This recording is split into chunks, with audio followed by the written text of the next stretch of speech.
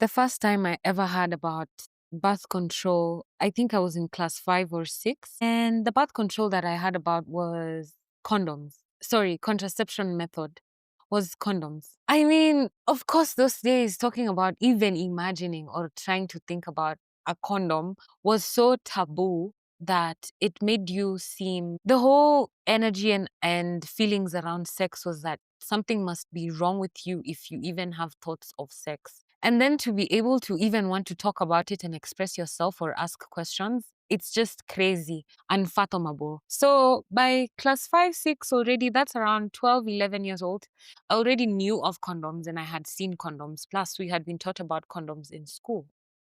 Around that time, some of my peers were already making out, having sex, trying sex out for the first time.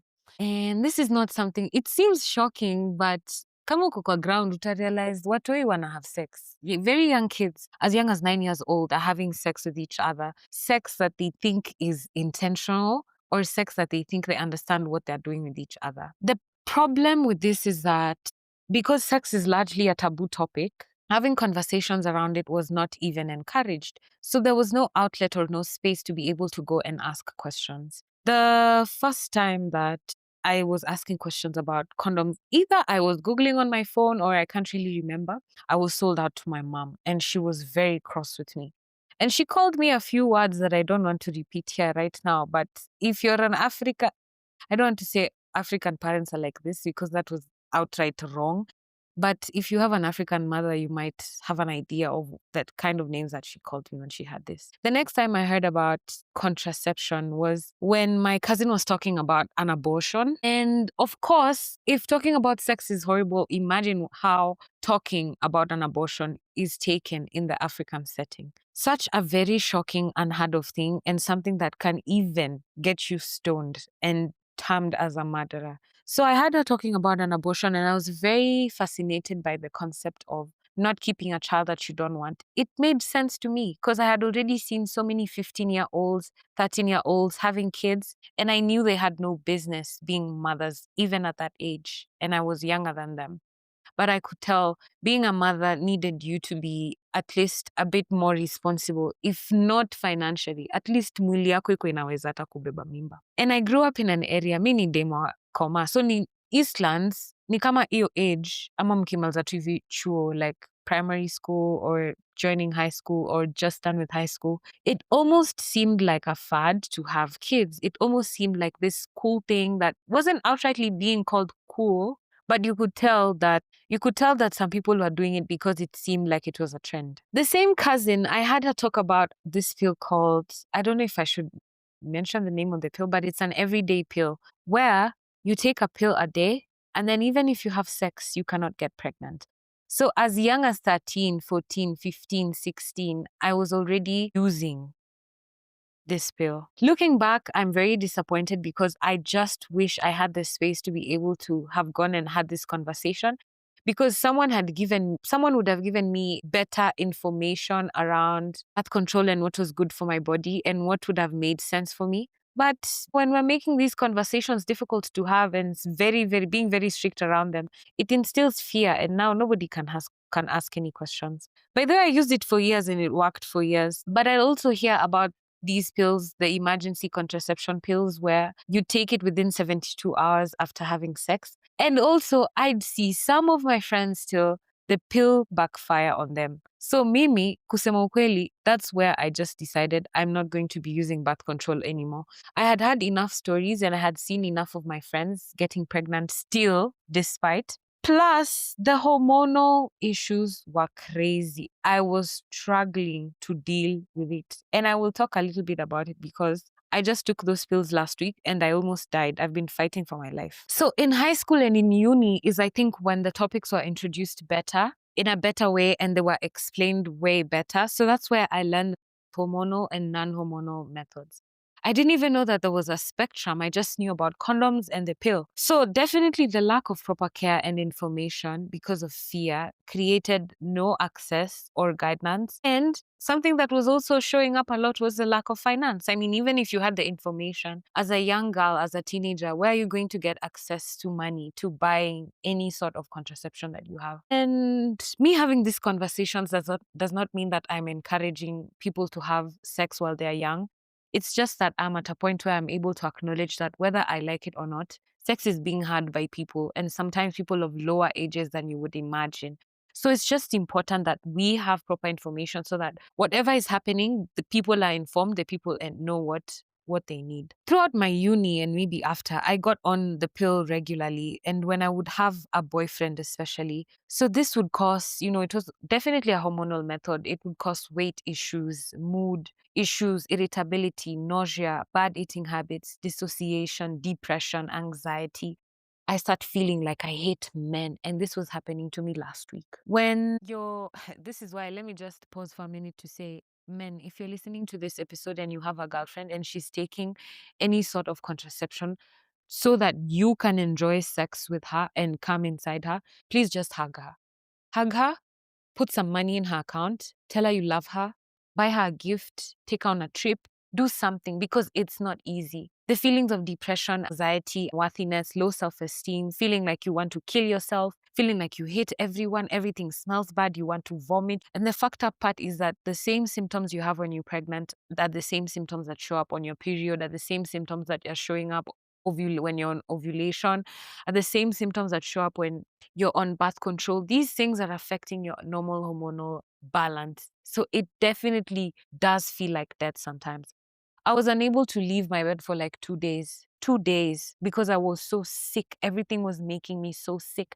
And this is something I've been going through in my life. And that's why so many years ago, I already made a decision for myself that I'm never taking the emergency contraceptions because I don't think sex is an emergency like that. By the time I'm having sex, at least nakwanga nimefikiria nda have sex. So I always have condoms and condoms are what I use. But in the event that I intentionally have gotten tested with my partner, I'm very sure, and I'm in love, then I do not mind to have unprotected sex. With which still I'm very much a staunch believer of pulling out because I don't like anyone's semen inside me. I'm also scared of a pH imbalance when they come inside you. Now you get a yeast infection, blah, blah, blah. But in the event that it happens, then my to-go has always been the pill, to take the daily pill. That's why I can only have sex with someone if it's consistent sex, not at least sex here once a month. Because if I'm getting on the pill, then I'm getting on the pill. If I'm not getting on the pill, then I'm not doing it.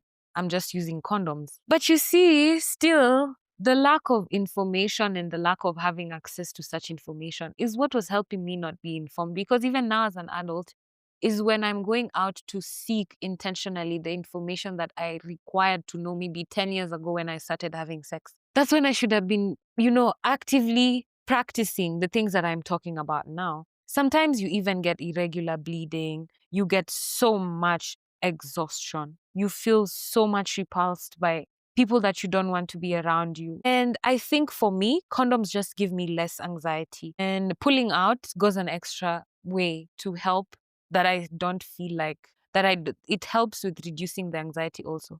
But also the fact that now I know I can afford a safe abortion, it makes me feel even better because I don't want to have kids that I don't want. I think reproductive health conversations should be had very much openly amongst people, especially young women and young men, so that people are more aware when they're making their decisions on how to control their birth. Today, I'm not talking to married people, Sana, or people who are in long-term serious relationships, because definitely that's probably different. I'm just talking to people who are young and trying to figure out, what could be safe and what should I use. First off, after you listen to this podcast, I think you should find a doctor. Find a doctor who you can ask questions. Maristopes are offering these services. They're so happy to even text you once you have their WhatsApp number. They'll answer your questions, and they'll even, if you need further explanation, they'll ask you to come in and just have a consultation and talk to the doctors and ask questions about everything so that you have all the information that you need before you settle on what birth control method or contraception method is the best for you.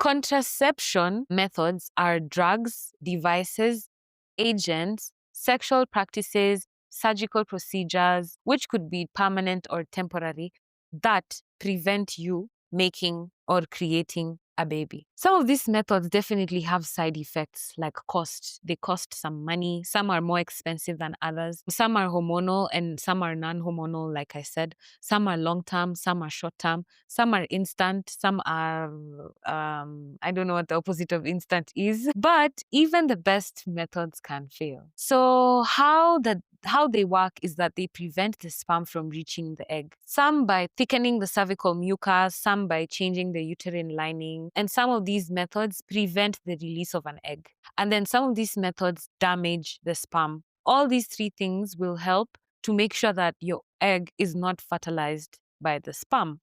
So some of the hormonal methods, I'll talk about hormonal and non-hormonal, but I'll start with hormonal. So some of the hormonal methods are like the vaginal ring, and this works by releasing hormones which prevent the ovary from releasing. And also it releases a thick mucus and it helps. I mean, it helps to stop you from getting pregnant. Another one is the pill, which one I have always known and I have used occasionally. So the pill prevents ovulation. Inafanya fertilization isiweze kuhappen. Kuna birth control patch, which you stick on the skin. There's implants, which could last you long term, like 3 years. There's shots. I think nimesikia zikiitwa Depo Provero. Unadungwa shindano, sijui kama hii inakwanga ya 3 months. Unadungwa shindano, alafu you have to keep coming back after because it wears out. And then there's also the emergency contraception, which is the pill that you take within 72 hours to make sure that you don't get pregnant. Some of the non-hormonal methods are like condoms. This is absolutely my favorite because it blocks the sperm from even entering your body. There's spermicide, which destroys the sperms. There's the diaphragm, yenye inaingizwa kwa vagina. Kuna cervical cap. Ingine yenye napenda yenye my favorite ni abstinence. I actually really am a huge, I know, ironic, but I'm a huge supporter of abstinence, condoms, and withdrawal.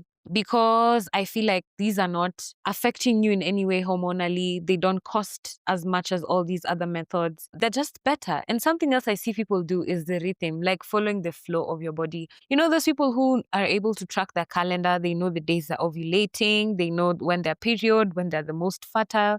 That also really works for a lot of people because you're able to track your cycle and know when you're the most fertile and able to catch or not catch a pregnancy.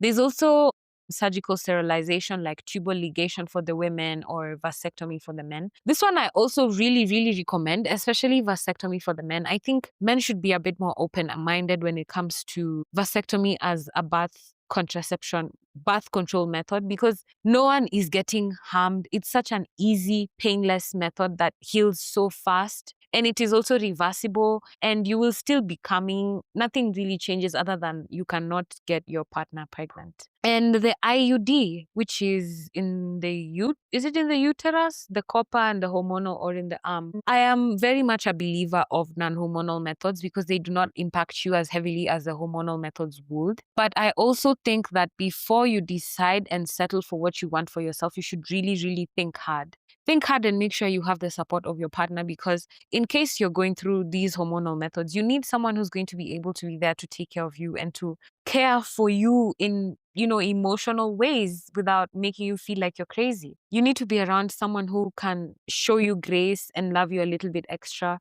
as you go through the motions of the hormones and all that. But me kusema kweli, push for abstinence, condoms mostly. Those are the most safe ways. Na ikienda sana vasectomy. Hizi zingine hormonal, tulizeni sana, do not get into anything. Do not buy over the counter if you have not consulted your doctor because they would be the best to let you know which method goes best with your body. Feel free to ask any questions that you may have. because I love to hear from you guys and I love to hear what you're thinking. Tell me, what birth control methods are you using for yourself and how has it been so far on your body? Thank you so much for listening. Until next time, kwaheri.